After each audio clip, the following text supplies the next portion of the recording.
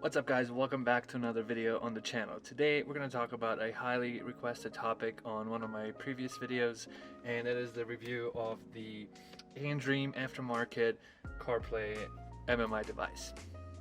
Had this device for some time now. It's probably been a couple months at this point, maybe a little longer, and yeah, I have some thoughts I'd like to share with you guys and hopefully help anyone make a decision to buy or not to buy one of these devices. This video is by no means sponsored by Andream or anything. I am not partnered with them, anything like that. I simply purchased this product to use for myself, and everything you're gonna hear in this video is just my honest opinion on the usability of this product.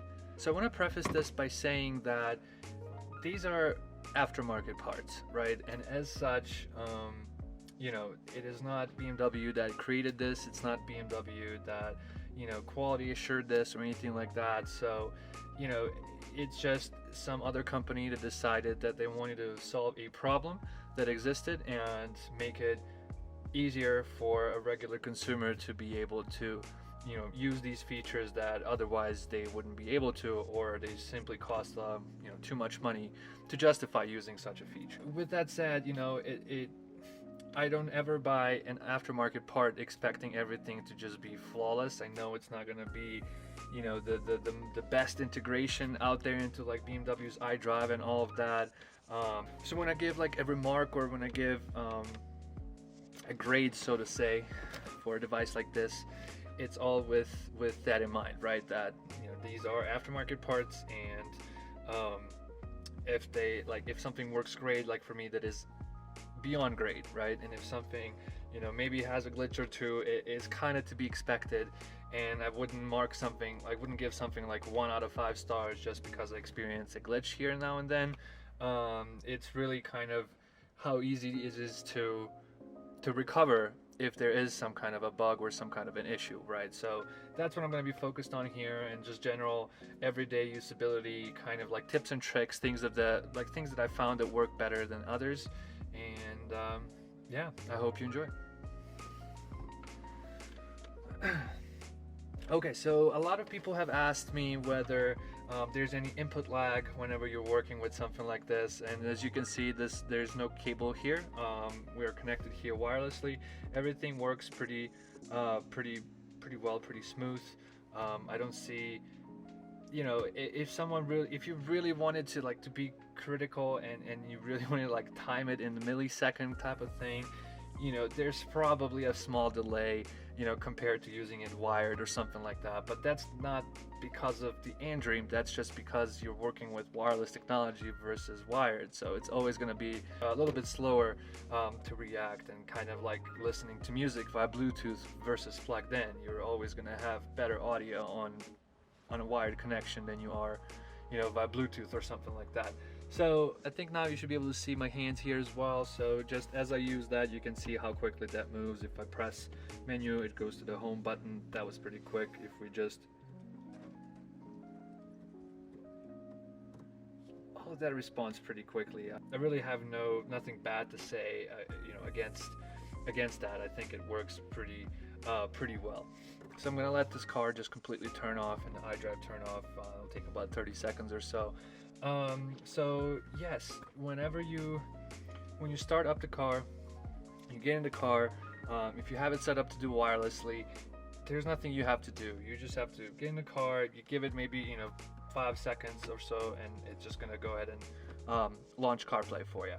And if you have it set up to also play your music wirelessly, it's also going to do that. So you don't have to like go clicking anywhere, anything like that. Everything is pretty simple. So okay, there it goes. I didn't have to do anything. If you want to use it wirelessly and you also want to play your music wirelessly, and I'll get into this later, why, you know, you would or wouldn't want that, but let's say that you want everything to be completely wirelessly. If you want your music to play, there's one key step that is very important with this MMI box, and here's why. The MMI box is a little device here. It taps into your iDrive. It basically has like a Y connection. So from your screen, there's a connection that there was a cable that went straight from the screen into your head unit. Now, that same cable goes from the screen into the head unit, and it also splits into this MMI box. So it sort of piggybacks off of your iDrive. So there were certain obstacles that these companies run into that they have to overcome in order to allow you to play music that way through something that is completely aftermarket. So the way they were able to achieve this was by taking the MMI box and basically plugging it into the auxiliary port inside of your head unit. So what this causes is that no matter whether you're using wired or wireless, or what, you know, you're plugging it in, not plugging in, whatever you're doing, if you want the MMI box, your CarPlay, to handle your music, it has to be connected through auxiliary. So you have to go and choose right here aux, right? Once you choose aux, that's all you have to do. You can hold the menu for 3 seconds at any time to switch back and forth between iDrive and your MMI's interface, whether that's Android Auto or CarPlay. It pretty much works the same way. So if you hold this for 3 seconds, now you have your CarPlay. If you wanted to play any music or anything like that, you can just hit play and it's gonna start playing that. Now I'm not gonna keep that playing forever because copyright and all of that, but yeah. One thing though, if you are using wireless CarPlay and playing your music wirelessly, there's probably a small chance that you're going to experience just a tad bit of lag whenever you say hit next song and then your car actually changes that song. The reason for that is just the input lag you have because the command you gave your phone to do has to travel wirelessly through all of this to that CarPlay box. Okay, so with all that said, we can see that everything works wirelessly. We can see our CarPlay, control it wirelessly, we can control our music. It is all great. Next, we're gonna go ahead and actually completely reset everything, unpair the MMI box from my phone and everything, and we're just gonna set it up like it is from scratch. Okay, so on your CarPlay, if you navigate around to where it says BMW right here, this little icon, just in case you can't really see this, I'm gonna record this part as well. So right here, we're gonna go ahead and navigate to BMW. What this does, it just kind of takes us out of the CarPlay into the MMI's own interface.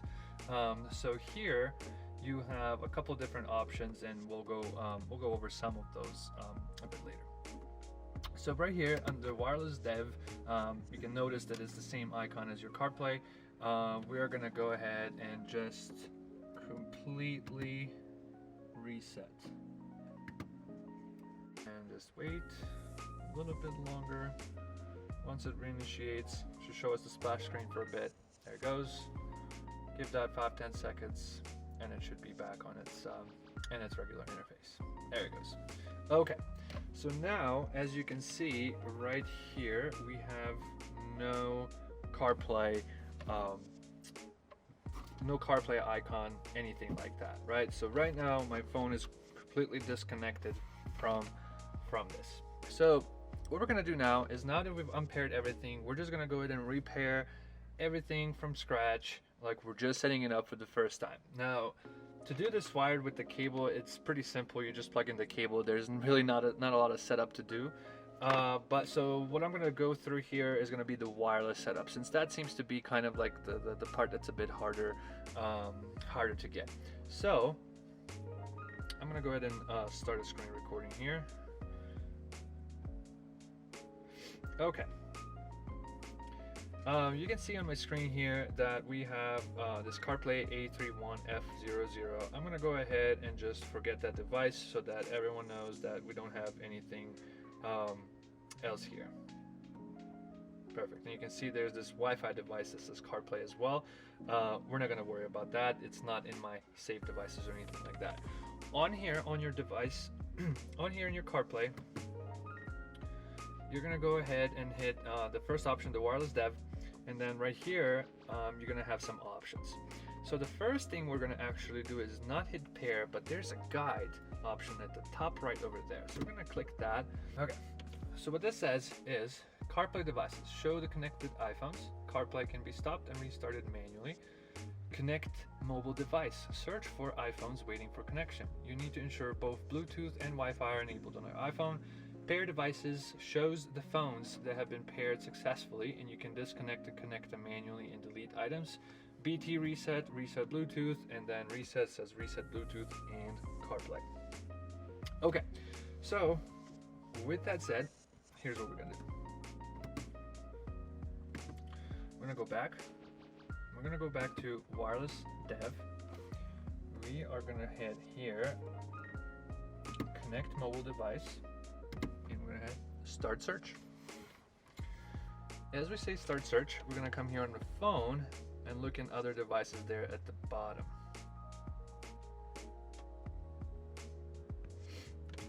All right, so you can see CarPlay shows up now. So we're gonna hit that. It's gonna ask us to pair. We just hit pair. Allow contact sync. Great. You can see immediately this showed up right here, and your phone asks you use CarPlay with this Lucci. Lucci is just the name of this device. Don't fret or anything like that. You can see here that your phone is being registered now.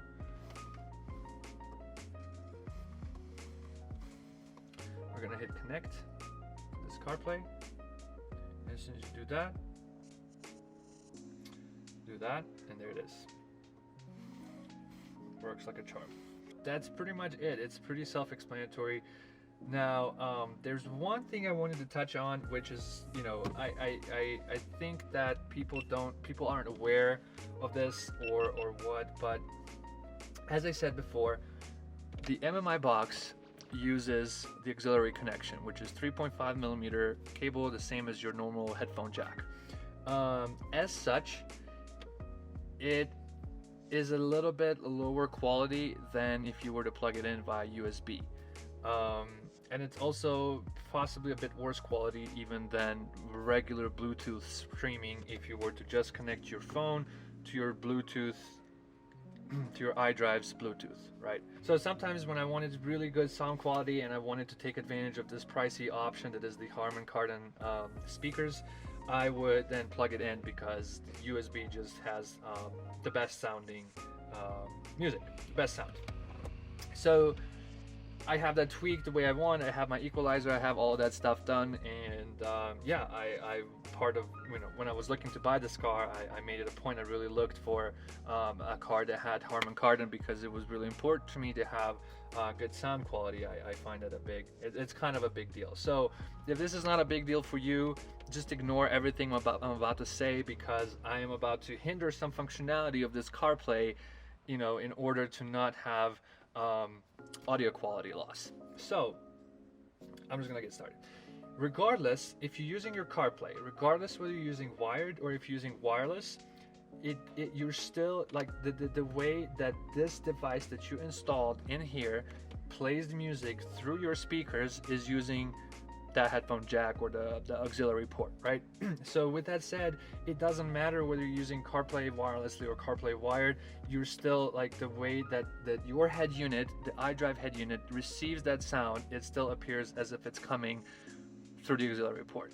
So it's really important to understand that, because what I'm about to do, and it took me a bit of time to understand and tweak this so that it can work the way I want it to. If you're just listening to radio or something like that, and you're not really like, you don't care about the quality like this, you may not even notice that this is a thing. But I noticed it, and it's bothered me ever since, until I was able to figure out how to do it. So what I had to do was I would use wireless CarPlay, right? Because if I use wired CarPlay, I know like my USB is then taken up by the wired CarPlay, and wired CarPlay doesn't play music as if you use USB, it plays music as if you use auxiliary port, and loses the quality. So that was out of the question. So I stopped using the wired CarPlay because of that. I started using wireless CarPlay. As CarPlay itself, it works great. If you're talking about music quality and all of that, it could be better. I don't know. It is what it is. There's an equalizer inside of Andream's MMI box that you can use to tweak it a little bit, but it still wasn't good enough. So what I did, I found a way how to make this work. So once you get in your car, you let your phone connect. Once your phone connects, as you can see right now, it's connected, everything is working. Awesome. What I do then, I don't use auxiliary. I do not use the aux source right here. I actually plug in my original iDrive cable, right? So like in here underneath the armrest, there's a USB. That's the one that I plug in. I plug that in. We wait a little bit. Wait a little bit more. There it goes. So now your car has aux front, which aux front means that that's CarPlay stuff. And there's USB. If you click USB, now the sound is immediately much better. I'm gonna stop that again due to copyright and all of that. But guess what? I can still continue to use CarPlay and still play my sound. Still play my sound through full quality Harman Kardon sound, which is just amazing. The main thing that bothered me about this was this, and I was able to fix it by just plugging it in. So I was already plugging in my phone and I was using wired CarPlay because I was under the impression that it was just faster and all of that, but it really wasn't. So with that said, I'm just going in it with the same mindset, like I'm going to use wired CarPlay, which most cars nowadays are like, but I do that so that I have the best sound quality. And amazingly, that really worked, and I'm super excited I was able to figure that out. So that's it. I mean, I was able to solve that problem. Now I have wireless CarPlay, or wired CarPlay if you really wanted to be technical about it, and I have the best sound possible. So this is, to me, as close as it gets to having a stock CarPlay in the car. Now, a lot of people are also asking, you know, is this worth over getting Beamer Tech? And I don't remember at this point exactly how much Beamer Tech runs right now, but I know that it's at least 2, 3, maybe even 4 times more expensive than Andream. And you know, with all of that said, the Beamer Tech is still an MMI box, and the MMI box is still gonna behave as auxiliary port, and that MMI box is still gonna be bundled with all the cables down there. So if you have like connection related, like, what I'm trying to say is the best thing you may gain out of getting Beamer Tech would be, you know, you would have their own interface and not this Andream when you're not in CarPlay. You're most of the time not really in here unless you have to set something up. So I would just, to be honest with you, I don't think paying extra for Beamer Tech would be worth over what you get here with Andream. One other really popular question that everyone has asked me was whether this can switch the camera automatically, and yes, it can. My car is not on, so I can't really show you, but all right, so we have the car on. I'm gonna hit reverse and it switches to the camera. Hit drive.